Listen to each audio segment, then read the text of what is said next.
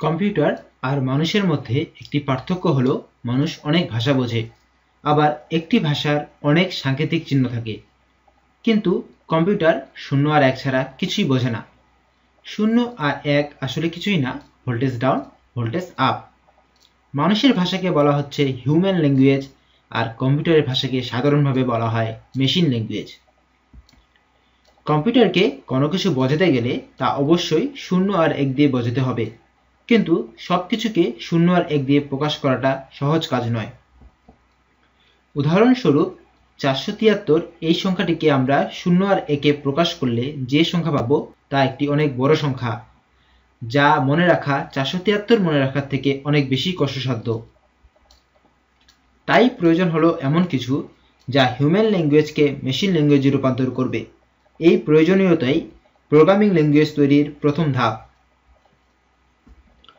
0 আর 1 ব্যবহার না করেই প্রথম যে প্রোগ্রামিং ল্যাঙ্গুয়েজ ডেভেলপ করা হয় তা হলো অ্যাসেম্বলি ল্যাঙ্গুয়েজ। তার মানে কি কম্পিউটার হিউম্যান ল্যাঙ্গুয়েজ বোঝা শিখে গেল? না, তা নয়। তাহলে হিউম্যান ল্যাঙ্গুয়েজকে মেশিন ল্যাঙ্গুয়েজে কনভার্ট করার জন্য এক ধরনের কনভার্টার ইউজ করা হয়। যখন প্রথম অ্যাসেম্বলি ল্যাঙ্গুয়েজ তৈরি হলো তখন একে বলা হতো অ্যাসেম্বলার। এখন বর্তমানে যেই প্রোগ্রামিং ল্যাঙ্গুয়েজগুলো রয়েছে সেগুলোর ক্ষেত্রে একে বলা হচ্ছে কম্পাইলার। একটি ল্যাঙ্গুয়েজ ডেভেলপ করার পর তার কিছু প্রবলেম দেখা যায় এবং সেই ল্যাঙ্গুয়েজের প্রবলেমগুলো সলভ করে তৈরি হয় নতুন এক ধরনের ল্যাঙ্গুয়েজ। ল্যাঙ্গুয়েজের এই বিবর্তনে একটি ইভলিউশন হলো সি।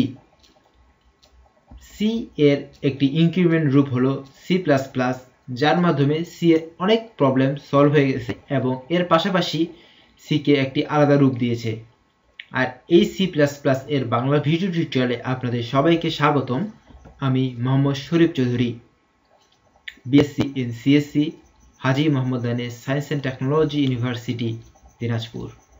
ধন্যবাদ সবাইকে।